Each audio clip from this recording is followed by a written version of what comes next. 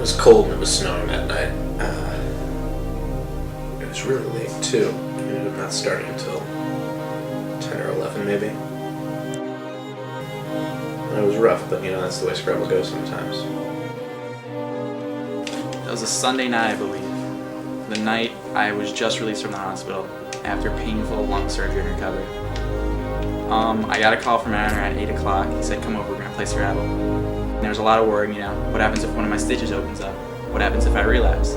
But I decided to brave the odds, come across the street in about a foot of snow, and lay down on a game of Scrabble. What are you gonna do? I was dealt a bad hand, but you know, sometimes you beat the board and the board beats you. I wasn't really into it that much. I was just basically there for the hummus. It was Ian, Aaron, Gene, and me.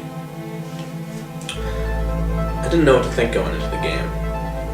You know, I've played Scrabble in a lot of different places with a lot of different people.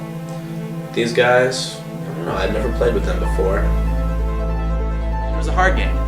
I mean, I was playing against people I've never played against before, Gene and Anthony. When the game finally started, I ended up being the bookkeeper.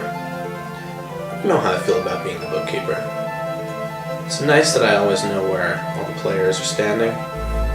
It gives it a certain sense of power in the game. But in this case, I don't know, I felt spelled trouble. A lot of games go, nobody gets a bingo. But Ian was the lucky man this time. I did have a 7-letter word towards the beginning, and that might have made me a little bit cocky. I tell you what, I don't even believe it. I don't buy it. I saw him in the hospital bed. So it was quite obvious that Ian was faking his illness. It was very appalling, you know? I don't feel like anyone should be given a handicap. His brain wasn't in question. Gene, that kid loves hummus. And it really kind of came to a head. We were playing Scrabble, I remember. He was eating a lot of hummus. There's a certain hummus to cracker ratio that one has to respect when they're not eating their own hummus, okay? If I'm in the privacy of my own home and I'm alone, or I'm with my respected loved ones, yeah, I'll lather my crackers and pita in hummus, okay? But if I'm using someone else's hummus, I dab or I dip. I do not take waves of hummus and shove it into my mouth. That hummus is delicious. This garlic hummus.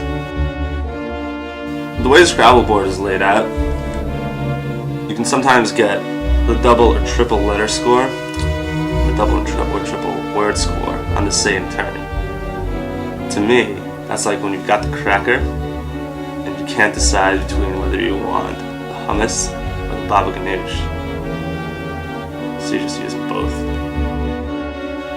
I think a Scrabble table should be something that's pure. You've got tiles, you've got a board, you've got players, you've got words to be made.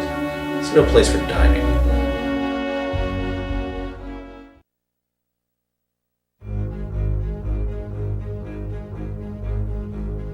The energy in the room just starts getting drained out.